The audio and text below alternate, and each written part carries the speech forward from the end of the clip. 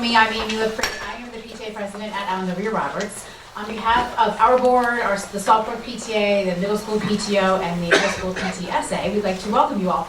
Nice to see such a big crowd. Thank you for being here. We appreciate it. Also want to extend a warm welcome to our 4 candidates here, Rebecca Coniglio, Bill Dibble, Dinerman, and Adam Smith. Thank you for being here as well, of course, and joining us. And thank you always for your hard work and dedication to our district and our community for all the various things that you do. We greatly appreciate it. We wish you the best of luck tonight and of course tomorrow. So thank you. And just want to thank Susan Ferris and all the lovely people at League of Women Voters who helped us put this together. And finally, a little plug for the PTA, PTO while I'm standing up here. Please support them. We need your help, whether it's just donating time or donating anything to a fundraiser, whatever it is. We're greatly appreciative of all your help. We do such great things for our students, parents, and teachers, and the community, like events like this that we can sponsor. So we're happy to be here and to do that for you. And without further ado, I'm going to pass it over to our moderator, Marlene Sincaglia. Thank you. Can I just ask one question? Does anyone need a note card to write their questions down on? Okay, that's how questions get submitted here, and then we take them over there. Good evening. I first would like to thank Mr. Cook, who is taping the program for us, and this way people can see it tomorrow before they go out and vote. Also, thank you again to the 4 PTO, New Providence PTO, PTA, PTSA sponsors, and please continue to support your PTA throughout the year. The League of Women Voters is a nonpartisan organization because it neither supports nor opposes candidates or political parties at any level of government, but always works hard on vital issues of concern to members of the public. The League of Women Voters encourages informed and active participation in government, works to increase understanding of major public policy issues, and influences public policy through education and advocacy. Our tagline is empowering voters and defending democracy. This forum this evening is devoted to hearing the views of candidates running for New Providence Board of Education. To ensure that the meeting is as informative as possible, we ask that you abide by the following rules. First of all, the questions that you write down should be in the form of the question. Hopefully, and please make them legible. And also, they need to deal with the issues coming before a Board of Education and not personalities. On the side, we have screeners. Basically, they're screening so there is no duplication of questions, so we get as many issues out there as possible that can be answered. Also, please hold your applause. We want to get through the program in the allotted time that we have. Also, at this time, if you haven't done so as yet, please silence your cell phones or any other electronic device. During the evening, if you have a question and you don't have a card, if you just raise your hand, somebody will come around to give you a card. If you have a card written on a question written on the card, if you raise the card, people will be able to get that from you as well. The program is divided into 4 parts. The first part of tonight's program is a 2-minute opening statement. Each of the candidates will have 2 minutes, and they drew for the order in which they will give the opening statement. And number 1, Mr. Dinerman. So 2 minutes. We're ready to rock? Great. Hey, first I want to thank the League and the PT organizations for putting this together. This is small town democracy at its best. There's not a whole lot of this going on in China and Russia. So I just think we ought to be thankful that we live in a country where we can get together and speak our minds and not worry about what people are going to do with the police walking through the door. My name is Rob Dinerman. I'm married to wonderful Linda. I've been in town 30 years, and I've graduated 3 people from the school system. My daughter Katie and my 2 sons, Gregory and David. I was talking to a colleague today, and he just reminded me of something that Woodrow Wilson said about speeches. He said, if I have an hour to talk, I can go right now, because you got a lot of time to make up for what you missed. If I got to talk for 30 minutes, I need 2 weeks to prepare, because you got to get it all in. And if I have to talk for 10 minutes, I need a month to prepare, because you really got to pick out the important things. So I want to just say one important thing tonight. You guys and everybody here can read about my bio and everything. That's not important. But one of the things that we do very well on the board is mentoring. And I just want to thank publicly Mr. Smith and Mr. Dibble. I've been on the board 6 years. This would be my 3rd term. And the Board of Education has rules and regulations, but there's a lot of new ones. And having mentorship from Mr. Smith and Mr. Dibble has been invaluable in helping me become a productive member of the board, and as well as Ira Krause, who's been on for quite some time. I also want to say something about Rebecca while I'm here, since I'm talking about folks on the board.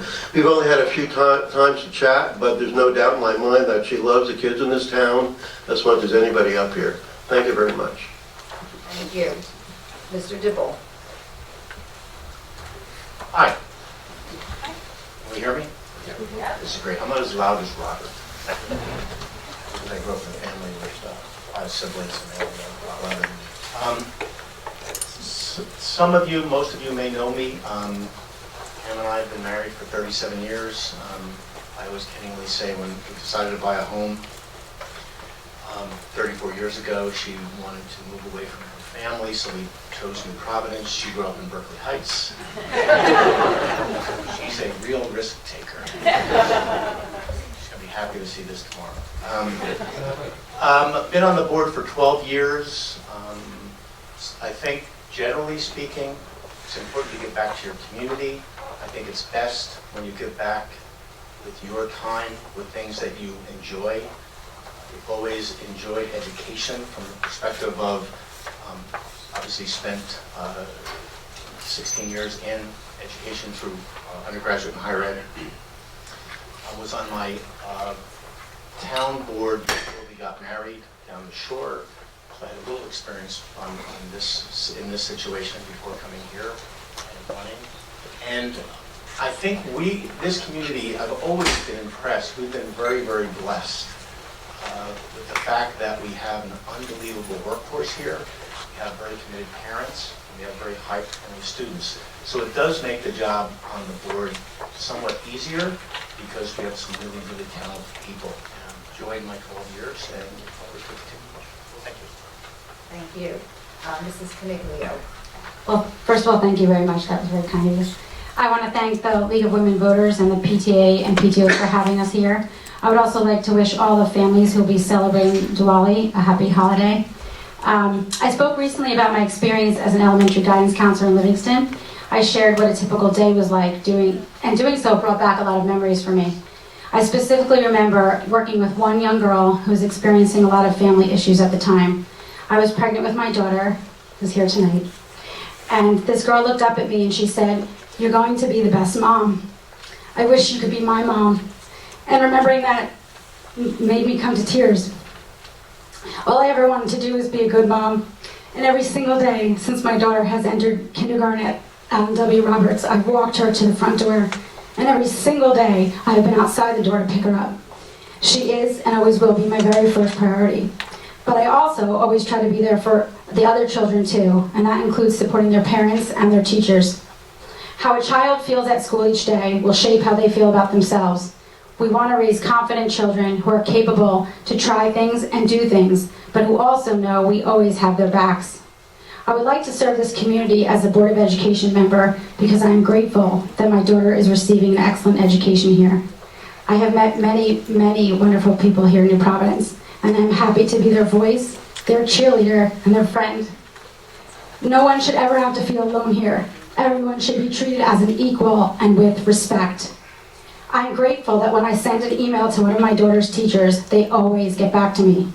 I also always return phone calls, emails, and messages. I always say, if you need me, call me. So I hope you will come out tomorrow and vote for me so we can continue to stay in the present and meet our children's needs today and going forward into the future. Thank you. Mr. Smith. Good evening, everybody, and thanks to the League of Women Voters and the PTA, just like everyone else did. But I also want to thank my fellow candidates who, New Providence is a great place, and it's a great place because we've got people willing to volunteer their time, stick their necks out, and put their names on a ballot and see how it goes. and commit their time to volunteer to help the kids in this town. And that's really what makes this town great. And for that, I want to thank everyone sitting up here. That being said, tonight's my job. It's my job to tell you why should I be reelected to the board and explain why I think you should support me in that endeavor. So here it goes. I've lived in town since 1995. Raised 5 kids here. 3 have graduated from this high school. 2, one's in high school and one's in middle school. I've got 2 more left in the system. I've been on the Board of Education since 1999, 18 years now. In addition to the various other volunteer activities and community activities I've done in town. And since being on the Board of Ed, a lot of good things have happened in this district. We've consistently been ranked highly in pretty much any ranking we look at. I don't love the rankings, but NJ Monthly, you name it, we've been doing well. Our budgets have been very responsible. We've kept taxes at, they increase, but at level, moderate increases. We've conducted 2 superintendent searches, one of the most important things a Board of Ed can do, which resulted in 2 excellent hires with Ms. Inzano and Dr. Michelli. Our facilities have been upgraded, our technology has been upgraded, but most importantly, our students are achieving here, and when they leave the district, they're successful. And that's how you know the district's doing well. On a personal level, I've served as 6 terms as the Board of Education President, selected by my fellow Board of Education members. And that's where I currently sit. I've chaired the Finance and Facilities Committee, I've chaired the Personnel Committee and the Negotiations Committee, and I was actively involved and had a big role in starting the new Providence Education Foundation. Thank you. Thank you. The second portion of tonight's program deals with questions that you have provided us. The candidates will have 1 minute to respond to the question. I would like to mention that we have a timekeeper in the front row, and she has a yellow card to let the candidates and myself know that they have 30 seconds left for their answer, and then the red card means to please finish your sentence. The candidates also at this time, if they need, and they'll signal me so that I will know if they wish to make a rebut statement, and those statements will be 30 seconds. Everybody has a chance to do that if they wish. At that point, they will only see the red card go up that says stop after the 30 seconds are up. The first question goes to Mrs. Coniglio, and the question asks, please look at the other candidates and tell us why you are more qualified to be a member of the Board of Education. I think that's an unfair question. Well, no, what experience do you bring that would make you more qualified to be a Board of Education member? Basically, why people should vote for you versus the other candidates. Okay. I'm not sure who wrote that question, but thanks. I'd rather speak about why I feel unqualified than anyway. I feel that maybe what sets me apart from the other candidates is that I am a voice of a younger parent and an elementary school child. I'm also a mental health professional in town, so I have the perspective of what our children are going through right now. One of my biggest concerns is how much anxiety our children are experiencing and what we need to do to address that, along with depression and other mental health issues. So I can't really speak to how I'm more qualified than them. I think that's an unfair question. I think they've been doing it, they're qualified, but I would like a chance, a new voice and new perspective to get involved and be able to contribute. Thank you. Mr. Dibble? I sat here for 2 minutes thinking about the same thing, and I thought, how odd is that? See, I was afraid that I'm not going to use the mic. I'm going to try. Look, I think all people bring something to the table, old and new, young and old. My perspective is, I had a child that grew up here. I think I always tell the story, we had an opportunity to send him anywhere. There was only one, so we chose to send him here. And he is who he is today because of this community. The parents help out a lot, but the teachers here were very, very supportive. And so this is a special place to me. I'm no more qualified than anyone else. I think you have to understand when you assume this responsibility that it is a time commitment, and I think you have to listen. You have to listen a lot, because when you're talking, you really don't learn anything. Thank you. Mr. Dinerman. In my practice with people in business, I try and dissuade any type of question or conversation that talks about the division.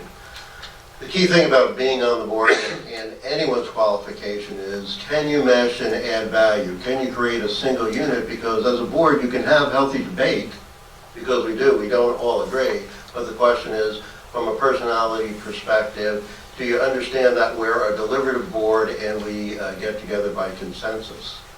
So I think everybody here is very, very capable of that. But I really would rather think of the board as a single unit and not separate individual people.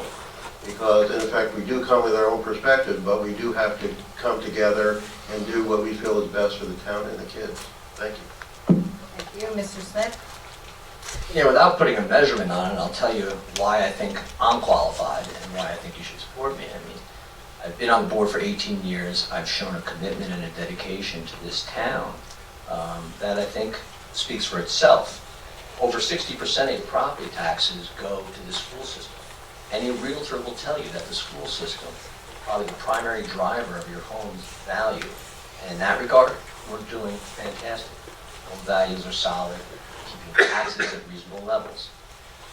So the commitment, my dedication, I think I've shown good judgment over the years in any issue that comes before us. And when issues come before the board, they're usually very contentious. You're dealing with children, it gets very emotional. And you need somebody on the board who has an open mind and willing to listen to both sides of any debate. Because for every parent that comes to you with one issue, there's another parent on the other side. And trying to do what's best for the entire district, and that balancing act is something that's not very easy. Thank you. Question number 2, and Mr. Smith, you'll be going first. And this question asks, what do you see as the biggest issues facing the Board of Education, the district, and what sort of solutions would you propose? 1 minute. Well, I'm going to give you 3, and I can't give you all the solutions in 1 minute because I probably don't have all the solutions. But there's 3 major issues that I see facing this district over the next year. 1, from a curriculum standpoint. In the 2010 budget cuts, our world language department took a big hit. And we invested a lot of money as well on the STEM side. But if you talk to most employers now, they say one of the biggest things we're missing is children coming out of high school and college able to communicate. And world language, with the way our globe is changing, the way our community is changing, I think we need to ensure that our world language is both relevant and current. That's 1. 2, at the borough level, we have the affordable housing settlement coming up, and we need to, once they finalize that settlement, study its impact on the schools, and that's going to be a critical component. And then lastly, in the day and age we live, the safety and the security of our children is critical, both from a physical building standpoint and from an emotional standpoint by our children. Thank you. Thank you. Mr. Dinerman. Thank you, Adam, for teeing that up. Being chair of the curriculum committee, I have to agree with Adam on language, and we have to get our children ready for that.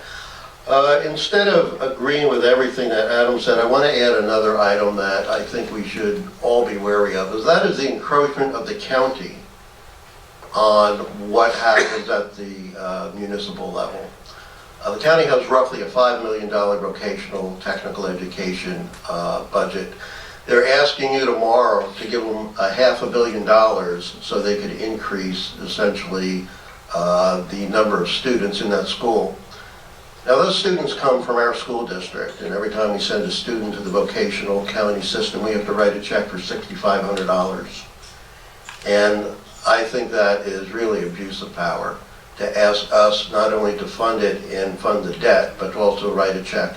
They also tend to take very, very high quality students from Summit, Chatham, in Providence. Well, Chatham goes to Morris County. And so what they do is they build up their own rankings to the detriment of ours. Thank you very much. Thank you. Mr. Dibble. Gee whiz. I think the school district has done a fantastic job on the technology issue. With the iPad initiative they had, I think they've done a fantastic job with the rotating drop schedule that they've recently added. I think we have to be mindful of those things. Safety is an issue from my perspective that we've spent some time thinking about. Obviously in some of our building plans, we focused on that, redirected dollars towards that as well as added personnel. It does concern me relative to what Robert was talking about, the budget. If you look at our budget, 3% of it comes from the state. It's probably the lowest in any school district in the state of New Jersey in the K-12 program. It'd be nice if we got some more money.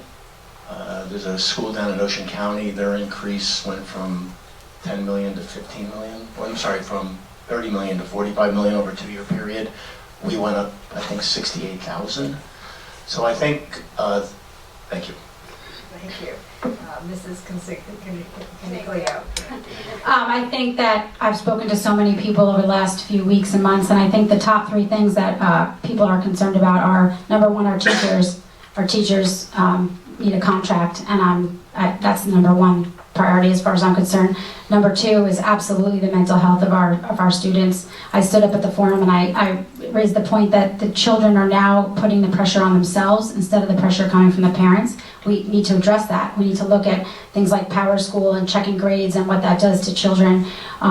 We have to do something about that. And the third I know is that people are very concerned about class sizes and capacity in the building. So that also is, I think, needs to be a priority in moving forward. Thank you. The next question deals with the world language program.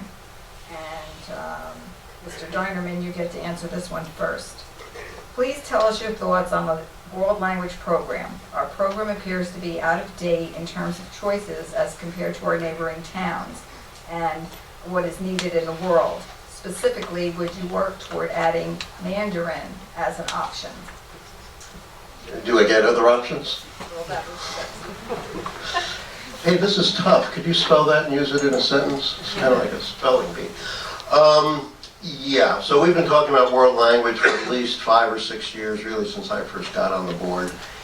And like everything else in education, it's not an easy solution. You don't fix it overnight. The last language we put in was Latin, and you could do that online. And I actually was, I don't want to say I was against it. I was like, why do we have Latin? And it's oversubscribed. So you never know what's going to appeal to the students. I do believe that we have to work towards various Chinese dialects. Mandarin is number 1, and Arabic also in terms of employment.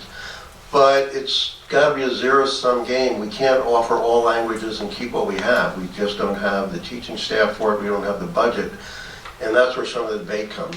Which language do you take out? Thank you. Thank you. Mrs. Coniglio. I actually just received a phone call before coming here tonight from someone who was concerned about people. She said more people want to be able to have access to taking Japanese, actually. So I guess this is a big concern that needs to be addressed as well. I know another person has reached out and spoken about the possibility of sign language being taught. So I think in terms of adding Mandarin or other things, I think we have to listen to what the community wants, what the children want, and what they're going to need for their future. So that's part of what, as Mr. Dibble said, listening to what people are asking for, what they want, what they need, and how we can accommodate that together as a board. Thank you. Mr. Smith. Yeah, I mean, it's clear if you watch the news, if you just look at where our economy is going, that the world has changed, and we've become such a global society that Mandarin's a critical piece to that. And the problem is as Rob pointed out, it's a budgetary issue, it's a facilities issue, it's a teacher issue. There aren't that many people who teach Mandarin.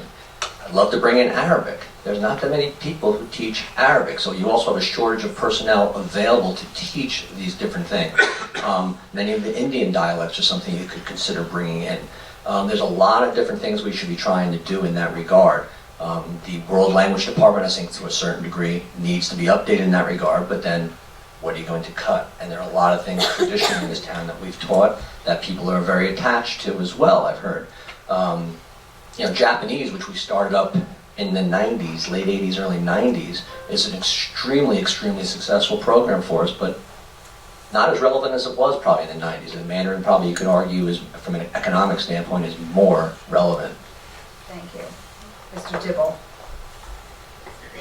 I think that the answer to the question is, what have we done here? And for example, back in 2010, when we had a little bit of a budget problem, we chose not to teach languages in the lower grades. But the focus was supposed to be, but let's provide the students with a cultural experience. I think there are a couple of factors. One is obviously budget. I think by show of hands, everyone here probably went to a local high school in the country and they probably had a language. How many here, other than teachers that teach the course, are fluent in the language that they took in high school? Show of hands? Well, that's more than I would have thought, so that's good. I think, but here's the real answer. I think let's look at that, listen, talk to people, and find out what's the best service for the students. We now have cars that drive down highways without using your hands. I think soon we'll have technology that might be able to translate that information rather quickly. So I think it's really about the culture, not necessarily about the language. I would continue doing what we're currently doing now. Thank you. Thank you. Next question, Mr. Dibble, you get to answer it first. The question asks, how has the school board adapted to the changing demographics of this town over the past decade? And how do the candidates see this going forward? Or how do you see it going forward? You know, I think when you say demographics, I think of it in the broadest possible way. I think, it gets back to, we keep saying this, listening to people. So for example, 3 years ago, a group of parents approached me about, gee, we could do more if we change the schedules, and I pushed them to talk to the principal and chat with them, and they came up with, I thought, an ingenious concept. They get all the credit for it, they'll never get a plaque or anything. But I think we as a community have to understand that what worked 20 years ago when I was in school, well, actually 4 years ago, but doesn't necessarily work now, and I think we have to be respectful of that, and I think we have to be carefully listen, and before we say no, engage in a dialogue about the possibilities, wonder about it, and think about how we might be able to use it. You don't always have to get to the answer that the person wants, but you can get to an answer that kind of gets you to where you need to get to. So that's what I would think. Mr. Smith.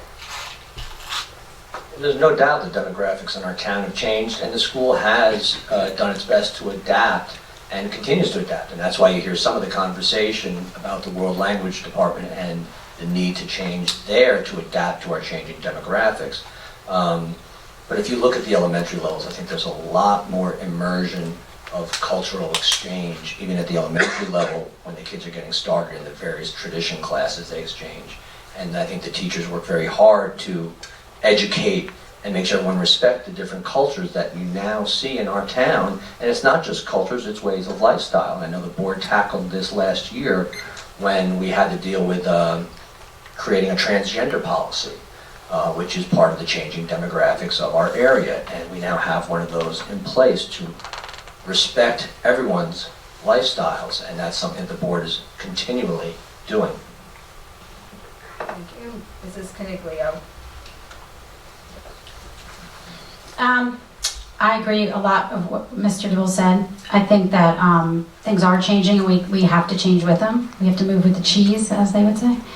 Things that worked 20 years ago are not working today, and that makes sense. They can't possibly stay where they were. We have to move forward, and that means including everyone, being thoughtful of everyone, being considerate of everyone, and working to make everyone feel comfortable speaking their minds, speaking their truth, coming forward, sharing ideas, and being open-minded to the possibilities. I really like what Mr. Dibble said. We can't always accommodate it, but we can certainly discuss it openly, honestly, calmly, and peacefully. And I think we're going to learn a lot from each other. I think parents learn the most from other parents. I know I have, so. Mr. Dinerman. Yes, to my colleagues. I'm going to approach this from a little different level, and I think I wrote about this in one of my candidates' statement online. So when you go into the school, it is so different than when I came into town 30 years ago, and that's great. But I think what we do well is that we have lots of cultures coming in, but it doesn't change the culture of the community, and that's a culture of excellence. And so, you know, the question was, what was the number one threat? If this community stops expecting excellence from its students, teachers, parents, and board members, that's when we have a problem. I think in terms of when we have cultures coming in and we can offer some time or studies or whatever, that's awesome. But understand, we're one town. We're not divided by the board and the parents and the students and the teachers. And we need to continue this culture and this, I'll call it this demographic of excellence. Thank you. Thank you. Next question, and Mrs. Coniglio, you get to go first. And the question asks, does the board plan on reassessing via public survey the need for full-day kindergarten? Okay, well, that would be impossible because I'm not on the board, but I can speak about full-day kindergarten. I know it's come up before. I can't speak what the board is planning to do until when and if I am elected to join them. But I know that there is a concern. Again, I think that speaks to the change of more working parents and people needing to have their children in school. I know that is a space issue. I know it's a staffing issue, which then becomes a budget issue. I can say two things. I've worked in schools where there's full-day kindergarten, and it's worked out well. But also from my own personal experience, my daughter went to half-day kindergarten, and I loved having her the afternoon with her. She was tired. She learned a lot. She's a great student, and I think that started from her preschool to kindergarten to then full-day first grade. So I know there's two sides and two ways to think about it, but I'd be open again to listening to what the community wants, what the community needs, and what we can offer here. Thank you. Mr. Dinerman. I think one of the things we do exceptionally well on the board is look at what the community may want, look at what is popular culture out there, and having a real healthy debate internally, do the facts that are presented to us anecdotally match what the data says. You know, we've been looking at full day in kindergarten. First of all, it's not universal that everybody wants it. The second thing is that outcomes from students coming in to our first grade are exceptional from people that go to our half-day kindergarten. So I just want to state that, you know, we look at things, and I'm not going to buy into every good idea that seems good out there being the right thing for this district. Thank you very much. Thank you. Mr. Smith. Yeah, listening to the community is a critical piece of whether you want full-day kindergarten, and you have to look no further than our STEM curriculum, which really arose and was a grassroots effort by community members who wanted an expanded STEM curriculum here. And certainly with full-day kindergarten, if we got that kind of response, it would be considered. There are a lot of logistical issues surrounding it. Full-day kindergarten, I know Summit, I've heard a lot of people talk about Summit. Summit has full-day kindergarten. Summit's is tuition-based. You have to pay if you want full-day kindergarten. And from a facilities and a staffing perspective, whether we'll be able to do it is a big question mark.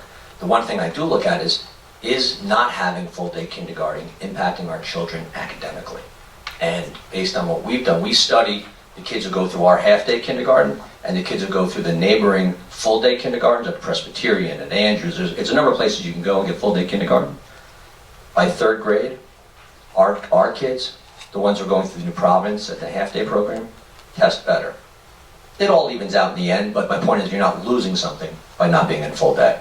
Thank you. Mr. Dibble.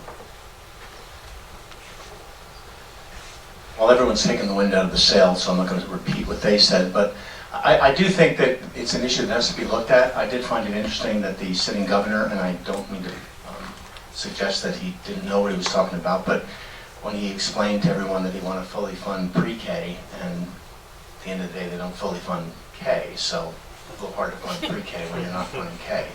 That would be helpful. My perspective, we had one child that went through the school system. He was here for half a day and then jumped on a school bus and went to the YMCA, and then that worked out for us. What worked out for us, that not necessarily works out for everyone else. I was a byproduct of a full-day kindergarten. Again, my mother had 6 children, so she welcomed the fact that myself and my twin brother were not there for all day. So, but I think it has advantages, but something that we continue to explore and look at. Thank you. Next question, Mr. Dinerman, you're going to answer this one first. And the question has to do with increasing class size. It asks, do you plan on having an actionable solution regarding the influx of young families, increasing our class sizes. Actionable solution, okay. Class size is set by policy. So when we want to increase the class size, we would change the policy from, I think it's 27 now, Adam? 26 or 27? 27, and it depends on grade. Every time we run across this, and we do have to thank Mr. Kraus for a lot, we sort of measure the influx of students that come into the school by live birth rates, and it's been a very, very accurate assessment tool. So every time we get to the point where, oh, we're running across and we've got 4 classes and we have to open up a new section, well, what happens is you see the bubble go through, and then we go back down to what parents generally accept as a much better class size. So we can create action by changing the policy. Every time we think about it, the classes tend to even themselves out. Right now, what we do is open up a new section, and that tends to solve the problem temporarily. Thank you. Thank you, Mr. Dibble. This topic keeps coming up every year, and I think what I found very interesting, I went to the other schools to look and see what their policy was, and I literally, for any of the surrounding districts and contiguous towns there, beyond there, I couldn't find a single policy that said what their policy was, other than they will determine what it is at the appropriate time when they need to determine it. Ours is pretty simple. K to 4, it's 25, 5 to 6, 5th, 6th grade, it's 27, 7 to 12, it's 29.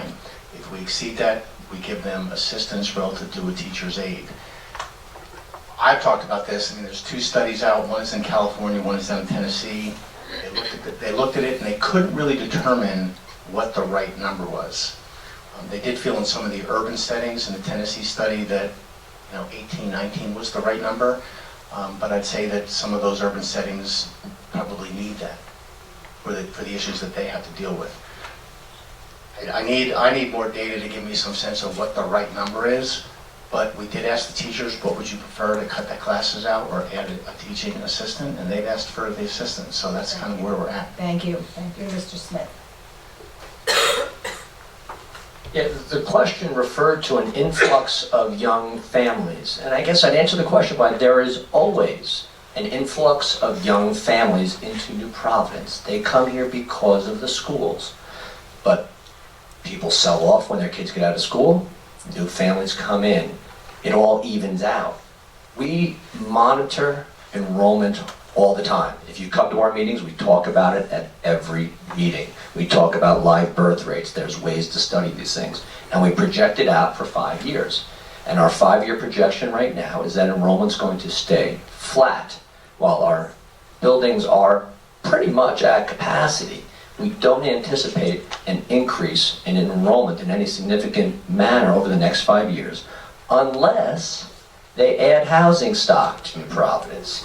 If the Borough Council in its infinite wisdom, and I love them all back there, but they have no choice, there may be a settlement of our affordable housing obligation.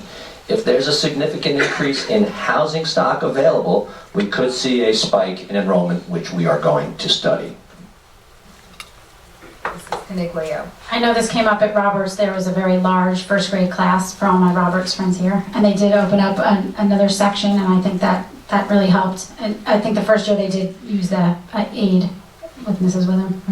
And so I think they're all doing okay now, and they feel that it's been addressed. And when people do come to me with this concern, I do try to reassure them that, at least from my observation at Roberts, I know the PTA every year, we welcome in the kindergarten and first grade, and we watch the principals, keep track and make sure how many people are coming in, and even over the summer. So I know it is, like everybody here said, monitored. I know there's an awareness about it, and as Mr. Smith said, if there is different housing coming in, it's going to have to be addressed.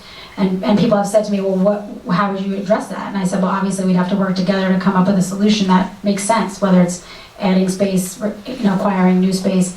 But I have no doubt that it'll be addressed, and addressed well, because that's what we do here in New Providence. Thank you. Next question, Mr. Dibble, you're going first. And the question deals with, states the following. Do you have any innovative ideas on how to better prepare our students for college-level writing?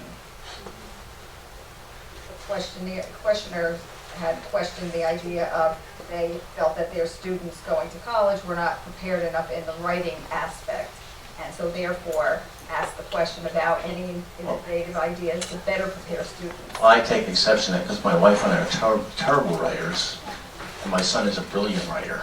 And the only reason he's a brilliant writer is because he's spent a lot of time here.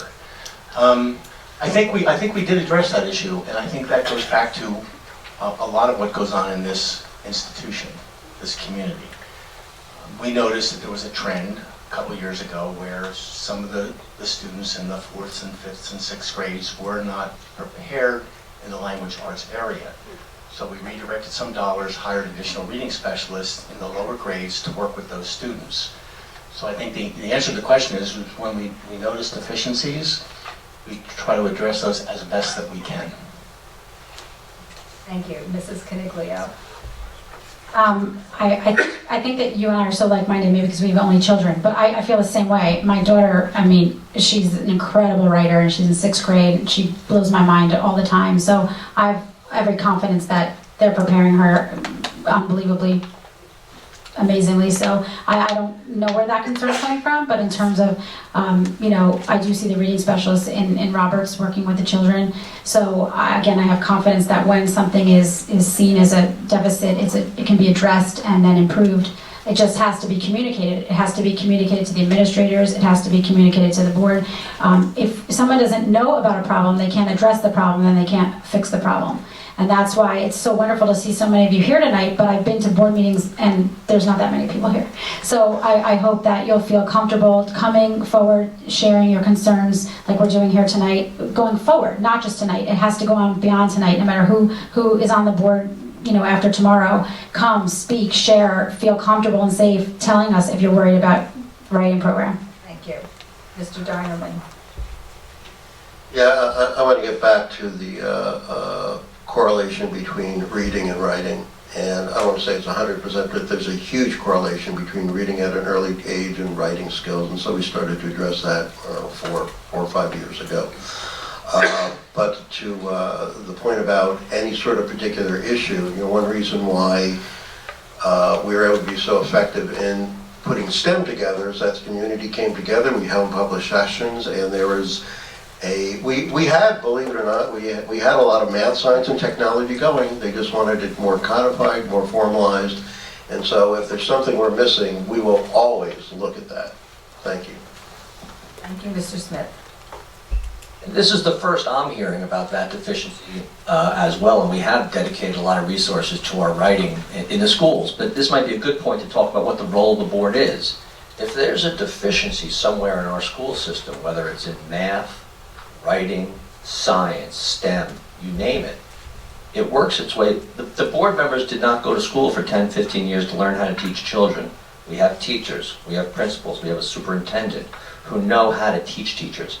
Our job is when they find a deficiency, say, you have a deficiency, your test scores, the kids aren't doing well in this program, we have to ask the questions, why is that, what's going on, what's happening, and then we make a decision. Okay, let's allocate some resources. Let's get a new teacher, let's start a new program, whatever the case may be.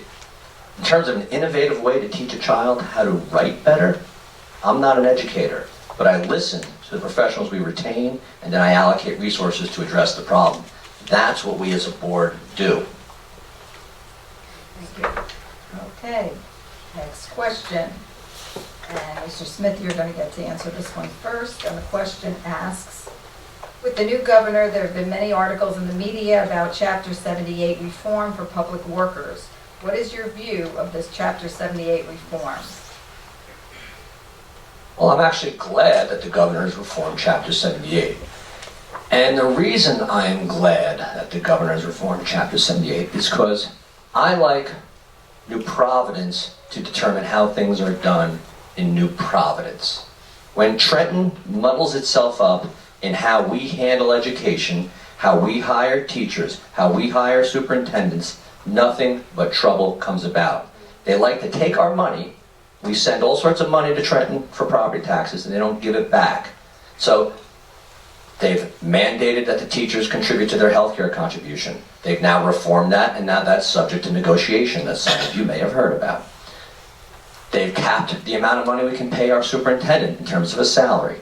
That's something you all may have heard about. There are a variety of different things, and they mandate much of the curriculum that we teach to our children. The more local control we can have, and the less meddling by Trenton, the better. So the fact that Governor Murphy has now provided us the opportunity to have more control of our own things, the better. Thank you. Thank you. Mrs. Coniglio. Well, I've heard a lot about Chapter 78. I have a lot of family who are teachers. I speak to teachers here all day, every day, because I'm always around school. And I think that if there's something that can help them, I think that board should be listening to that. Teachers have shared, in front of the board, if any of you have been at the meeting, some of them have 4 jobs and, can't make ends meet. And Mr. Smith just brought up administrator staff. I encourage all of you, it's all public information, to look at that. Our district is top heavy on administrator fees, and our teachers should be treated fairly. So if Chapter 78 is now an option, then it should be addressed and listened to. Our committee wants our teachers to have a contract. Thank you. Mr. Dibble. Chapter 78, it's a 124-page document. You should really read it. It's riveting. It is absolutely insane that the governor's office, and it's not Mr. Murphy's fault, the prior governor, and the legislature came up with this brainstorm that they're going to mandate that the educational community was going to have everyone pay anywhere from 3 to 35% based on your salary. And to me, why it was insanity is it didn't do anything. They were talking about, well, it's going to now save the town money. All it did was transfer the cost from the board to the teachers. So I'm hoping that they come up with something that's somewhat equitable. I kind of doubt it that they will, and they're going to leave it up to us to do that. But if you get a chance to read the document, it's really riveting, all 124 pages. Mr. Dinerman. On 78, yeah, our hope is that as we look at what the governor is allowing us to do now, that there might be some creative options. I think if the intent of the question was, can we, let's just net it out. Can we save the teachers money, or have them more take-home pay and all those other things? We are looking at every single option within the relief, and I'm not on the negotiating committee, but my understanding is that we're really trying to think our way through ways to avail ourselves of the new law, new regs. Can I have a 30-second rebuttal? 30-second rebuttal, yes. Were you done? Yeah. Yes. Okay, thank you. I just want to comment on Ms. Coniglio's comment that we're sort of heavy on administrative-wise, because that couldn't be further from the truth. Our student-to-administrator ratios are very low, and it is all public information. You can go on the NJDOE website and look it up. It's simply not accurate. We have a very lean and mean administrative staff. We keep the money in the classroom whenever we can, and there's a lot of misinformation out in town about how much our superintendent makes. There was information out there that he was the 2nd highest paid superintendent in schools. He's the 9th highest paid superintendent in Union County, Thank you. not in the state. Thank you. Rebuttal. Yes. I did look it up, and it is a public, and it was fascinating to see that there was bonuses and expenses. I've never seen that. I worked in a school, I never got a bonus. Maybe I got a pencil, a plant, never got a bonus. So I do encourage you to look it up. I have nothing against Dr. Michelli. I think he's a great superintendent, but our teachers need fair pay for their hard work and what they do for our children every day. Okay. Next question. The question asks, what important policy change have you been part of during your tenure on the Board of Ed that reflects a societal change as a whole? Now, Mrs. Coniglio, you're going to be going first, and since you are currently not on the board, I would change that question to ask whether there is a policy change that you would like to see, that you would advocate for if you get elected to the Board of Education. Yes, I would like the policy on how we bring in speakers, not only to train our teachers, but to educate our children. I very much have asked, I sent an email, many emails, I spoke at the forum about bringing in a particular speaker who I know for a fact changes children's behavior when it comes to bullying. I haven't even gotten much of a response. I want parents to be able to recommend things that are effective and that for their voices to be heard.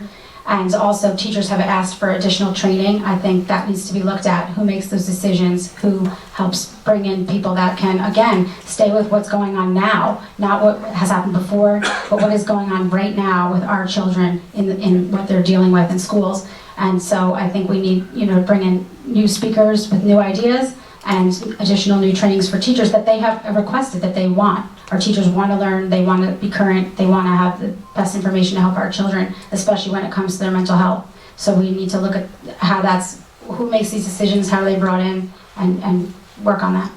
Thank you, Mr. Dibble.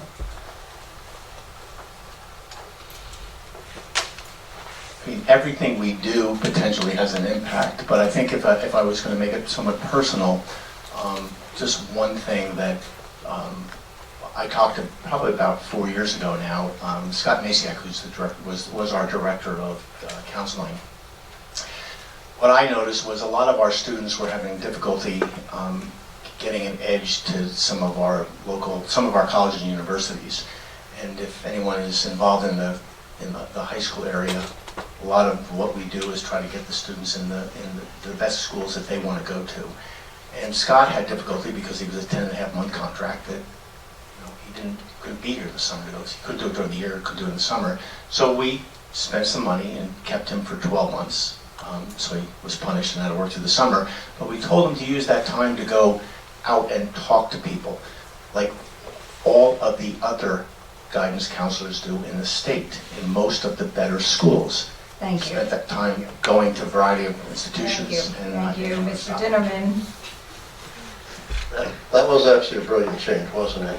One of the great things we do, most of the things we do is by policy. And if you go to a board meeting, you'll see that we'll do an agenda item and we might pass changes to 6 or 7 policies. I think the way we worked through the HIB, we did everything by code of conduct, and then HIB comes in and forces us to do things. And we've had to get better at that, and we've changed policies to make the HIB process much better. When we get into new, so we were talking about demographic changes and the transgendered issues, so working in that. I think one of the more things that we've done is dealing with the sports policy and the no-cut policy, allowing it to be an option. That took a little bit of courage because it had been part of this town for quite some time, but I think it was the right thing to do. Thank you. Mr. Smith. Can I ask you to repeat the question without losing my time? Yes, absolutely. Thank you. Your time starts when you start speaking. Okay. What important policy change have you been part of during your tenure on the Board of Education that reflects a societal change as a whole?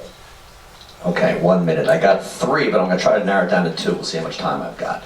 The first one, and Rob pointed out, was the transgender policy, because that's something clearly that 15 years ago, I know I was not familiar with the term transgender, and last year we dealt with that, learned a lot, and passed a policy to deal with transgender children in our schools. The second issue I'd suggest was probably our character education curriculum, which was really well in advance of when HIT became an issue after the tragedy down in Rutgers. We started that in the year 2000. It was a K-12 program that has really grown in prominence and success to the point that it's become a nationally recognized character education program, teaching the kids individual responsibility and respect for others. The third one would be the STEM program, again, because just of the way society's going and how we addressed that issue. But probably my 1 minute is probably close to being up. Can I rebut? That's okay. Rebut 30 Okay. seconds. No respect to you, Mr. Dinerman, but when you talked about the HIB getting better, I'm glad you feel that way, but again, from my observation, I think a huge part that's missing that we should look at in terms of policy is what happens to the child during the time of the investigation. I know for a fact there are children who are isolated, have no one to sit at lunch with, feel very alone, and then are in danger of developing some very, very serious symptoms that require medical intervention. So I would think that needs to absolutely be looked at and improved.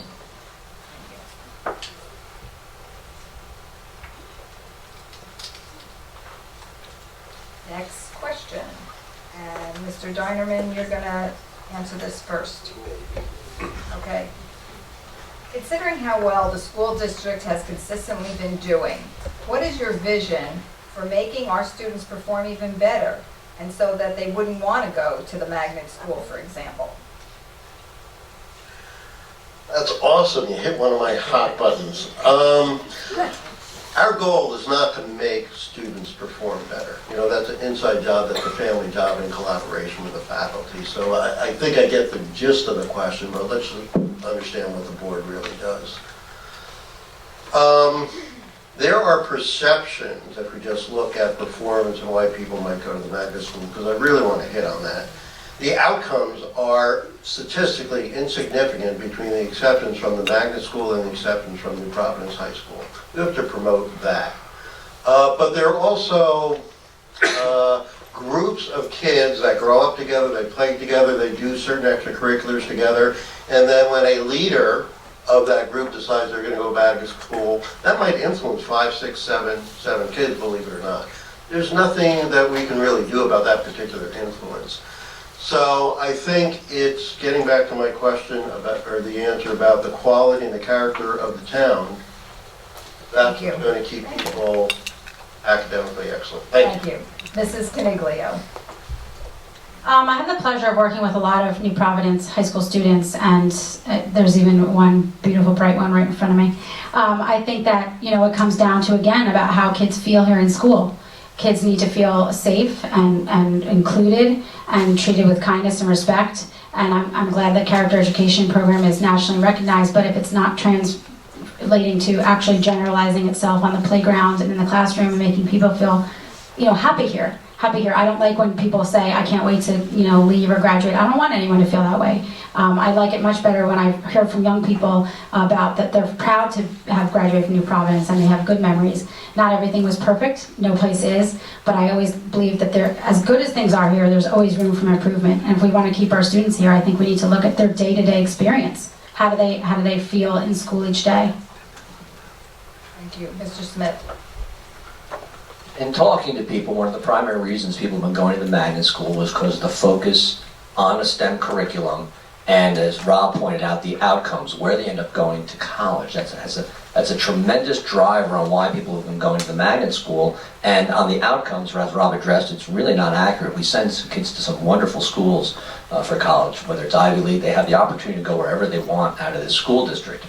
As to the STEM program, we've done a tremendous amount over the last couple of years in an effort to provide what the community is looking for, if that's the type of curriculum that they want. And we provide almost, if you look, we're studying aerospace engineering now in this high school, which I find mind-boggling.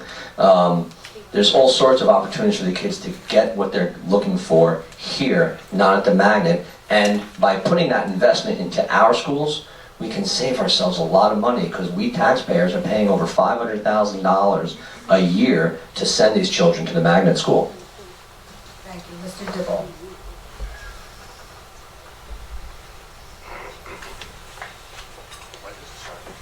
Starts when you first start speaking. Okay. You know, I think the magnet school is I guess it's the elephant in the room.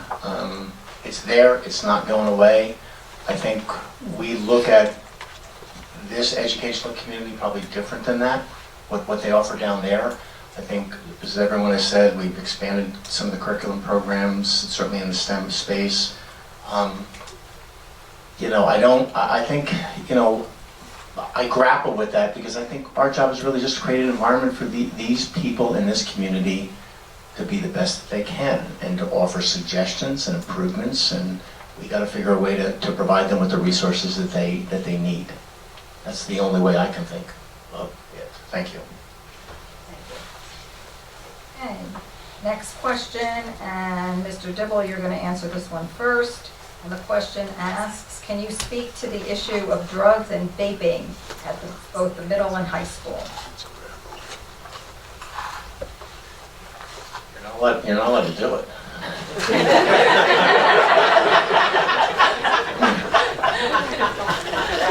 I mean, because I only have a minute, and you're keeping me under control. You're not allowed to do it, one.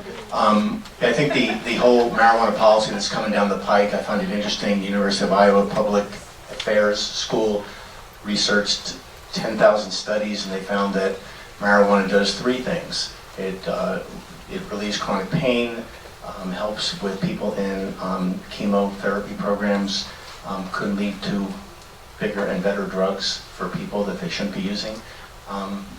And you know, I don't know else how to answer that question, but you shouldn't be doing it. You can't. Thank you. Mr. Smith?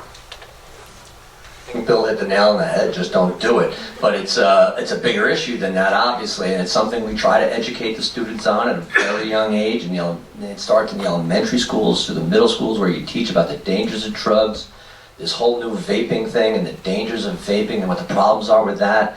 And it's a concern, it's a societal issue that you can't, as a school, handle alone. It's got to be something, and the PTA's got to work on it. The parents at home have to work on it.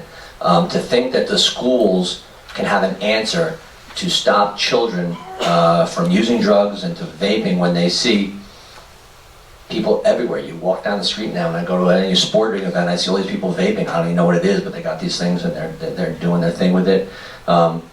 We can educate as best we can, but that's something that has to come from the home to truly stop it. Mrs. Coniglio? This is something that is really important to me. When I was 8 years old, my grandmother was killed by a drunk driver. I've never had a drink of alcohol in my life, not even at our wedding. I feel very strongly about not ever serving alcohol to minors at parties or any other. It's not in my home. I do not want my daughter walking into the bathroom next year in middle school and while children are vaping in there. That's unacceptable, and it has to be addressed and stopped. Just recently this weekend, I see my dear friend Maria out there. There was Girl Scouts who were hit, and it turns out that they were hit and they were killed by somebody who was using chemicals. We have to teach our girls about that now. They're wearing green ribbons to honor them, and Mary's here. She was here. This is something that is not a laughing matter. It's not a joke. And yes, it has to start at home, but we also have to continue to work on it in school. The DARE officers were in 5th grade with my daughter last year. It was a great assembly. One thing I did raise, because I do believe if you see something, say something, was that girls and boys should have been rewarded for their work. Thank you. Mr. Dinerman? Yeah, substance abuse, even if it's something related to nicotine's been a problem for a long, long time, and will be a problem for a long, long time. As a Board of Ed, we set policy within the school, and it's a don't do it, it's a zero tolerance policy, but you can't police every room at every time. I think one of the things that I'm hoping for is mental health is one of the issues that we are upping the ante in terms of time and money and what we're going to be studying next year. Maybe we'll glean something from that. We have resource officers now in the buildings. Maybe that will help. We can't control what goes on in the home, but we can educate the kids as best we can. But ultimately, they're alone with their peers and make their choices. So we just have to do the best thing we can to tell them what the consequences will be. Thank you. Next question, and Mr. Smith, you're going to get this question first, and it asks, how should the Board of Education be accessible to the community? Well, I think the question assumes we're not accessible, which I wouldn't accept. I mean, we have meetings people can come to. I mean, the answer is we should be very accessible, if that's the question. The question is, how are we currently accessible? We have meetings. I have never been at a soccer event where someone hasn't talked to me on the sidelines and wanted to bend my ear. I've had parents call me with concerns or email me with concerns, and I've met them at Dunkin' Donuts, and we'll sit for an hour and a half and talk about their concerns there. We've held 4 superintendent forums. We try to gauge what the current interest is from the community on what issues are of concern for that year, and hold superintendent forums for people to be accessible and hear what the community is talking about. If there's a special issue, like last year with the school security, we held a town hall in conjunction with the Borough Council and heard people's concerns about that. So we do our best to be accessible in all different ways. We all have email addresses, phones, and I've never not taken a call. We meet people, talk to people, and we're just out and about in the community. And in my mind, that's the best way to understand people's concerns. Thank you. Mr. Dinerman? I'm just going to agree with everything that Adam says, but if there's a perception out there that we're not accessible, send me an email at rob@robertdinerman.com or call my cell phone, 908-403-7430. Nothing changed. Mr. Dibble? See who's here. There's only a few seconds to prepare. I think it's interesting, our Board of Ed meeting, someone asked me a couple months ago, they said, gee, when I come to that meeting, it's very structured and, there's no time for anyone to really talk. And the interesting thing, when we talked about this as a group a while back, is the Board of Ed meeting is a meeting held in public, not a public meeting. And the difference is we have to do the business of the board, and then we allow time to talk. I do believe we need to think a little bit about that as a Board of Ed, and kind of think of ways to engage the community. Recently, we hired a part-time person to come in and kind of look at how we communicate information, and she's supposed to come back with kind of some ideas and a plan, and I think communication is important. But to everyone else up here, we live in town. I don't like the Dunkin' Donuts, I'll meet at Starbucks. Some people can attest to that, it's a bigger space, but, Price. reach out and yell. Mrs. Coniglio? I do feel that this is a concern that a lot of people have reached out to me in the last few weeks. I think they are either intimidated to come forward, uncomfortable to come forward, so I'm glad that Mr. Dibble's talking about looking at the meeting structure. I feel it's very intimidating to be sitting there and we're sitting here, and I feel like we're just people, right? We're all just people, and we should be treated like equals and treat each other like equals and with respect.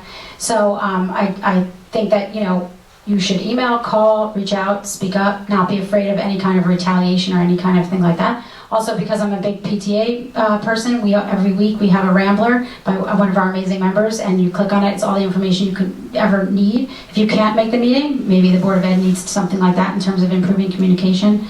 But I also think most of it is feeling that comfortable that you can share without judgment or fear of any kind of retaliation. If you have a legitimate concern, you should be able to voice it and feel safe about that. Thank you. And the last question, Mrs. Coniglio, you will be going first. The question is addressing school safety. What can be done regarding the illegal parking on High Street and in the high school circle during many athletic and other extracurricular events, which puts our students in danger? Okay, well, first of all, I just want to back up because, again, I'm not at the high school, but at least at Roberts, we're very grateful for our officer. He helps amazingly in the morning. For 4 years, I've had to do it. We've had to do it ourselves, but you put the officer out there and everybody's in line. It's beautiful. It runs really amazingly every morning. In terms of anything that goes on in the high school, I would think that if there is a problem, it should be addressed. And if there's not enough parking, we need to find a reasonable solution. I think I saw something on Facebook about kids getting parking tickets and things like that.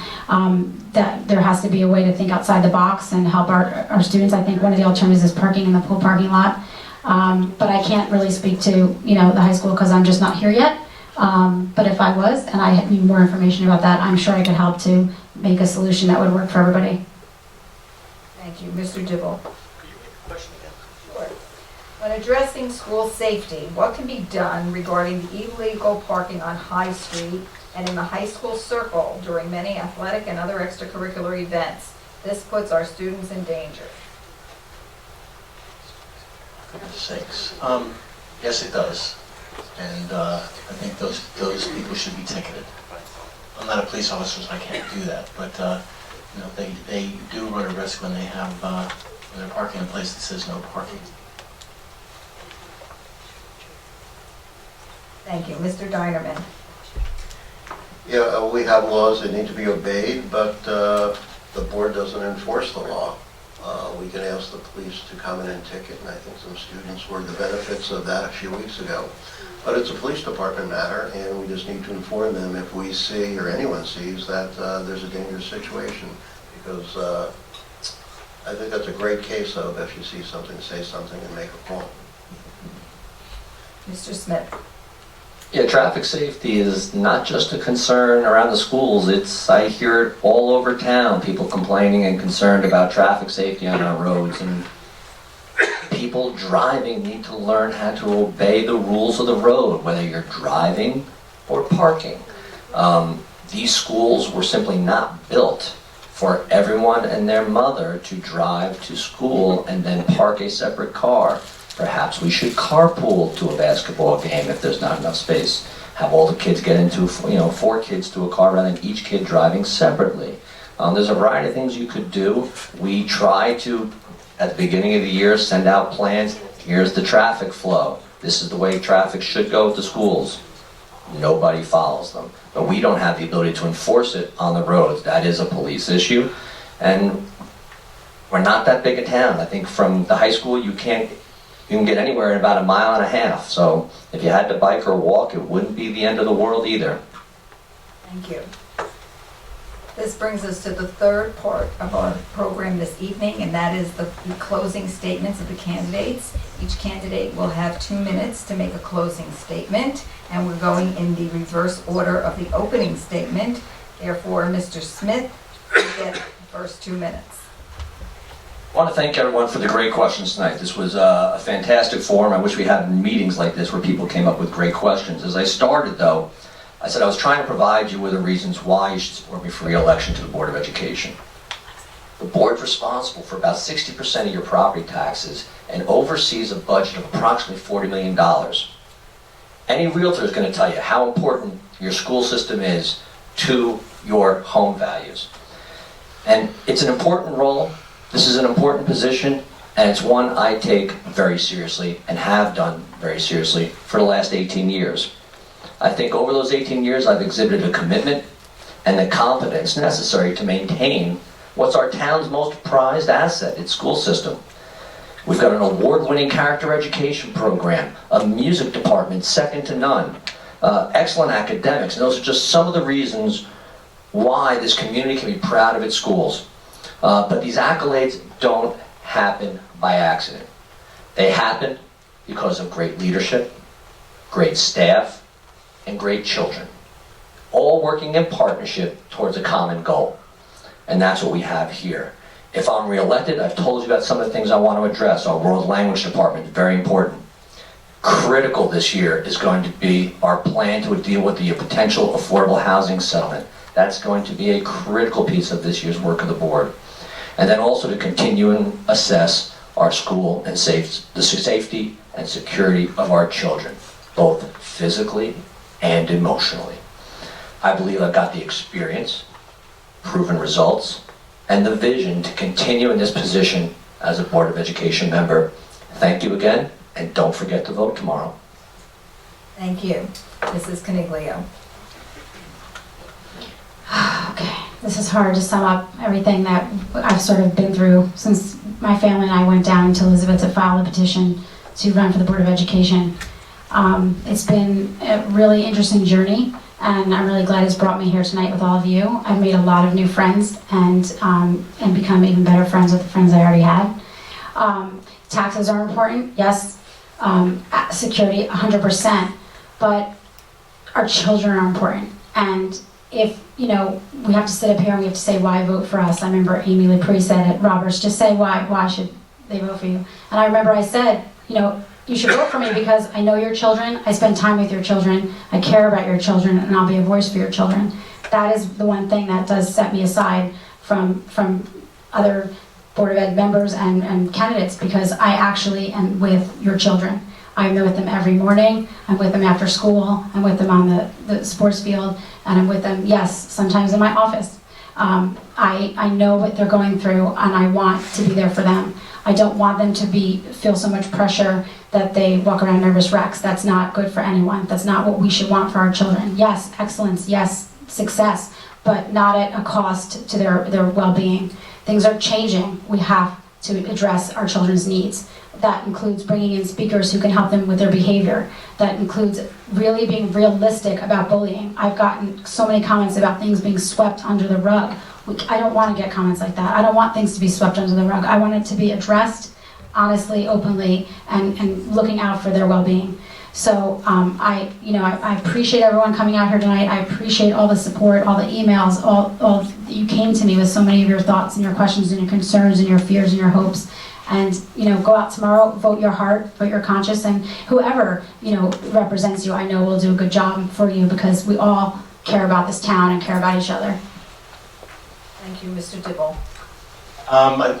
We talked about this earlier, but I spent 30 plus years as a human resources practitioner, and prior to that I spent, coming out of college, 5 years in 2 different community colleges in the state of New Jersey in student development work.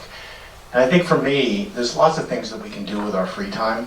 I do love being in an educational environment, kind of, not that HR is an educational environment, but we do spend a lot of time educating people on how to behave in the corporate world.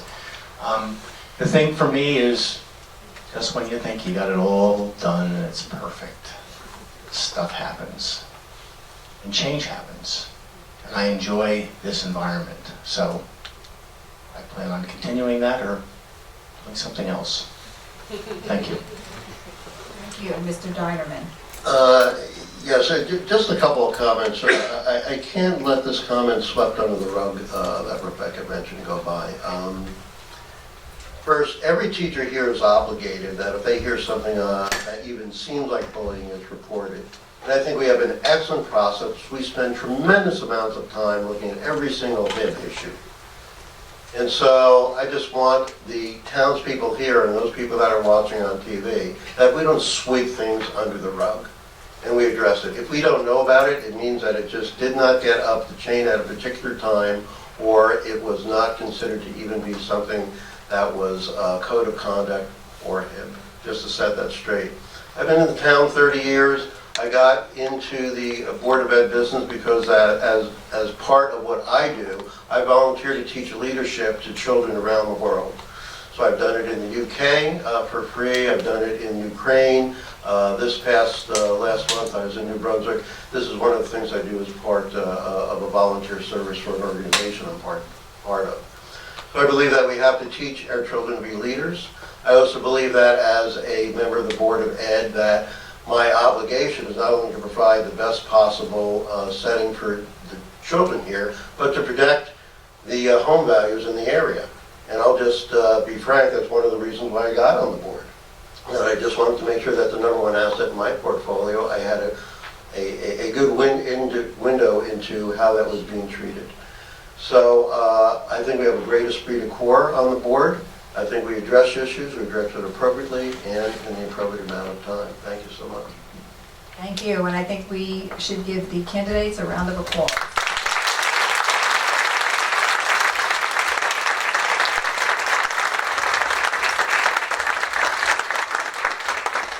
I would like to thank you, the audience, for coming and allowing the candidates the maximum time to learn about them and how they deal with the issues. On your seat, there was a card called vote411.org. If you go to this one-stop shopping digital know your candidates information, anything and everything you wanted to know about candidates and voting is on vote411.org. Our democracy depends on educated participation in the process. And we thank you very much. Good evening.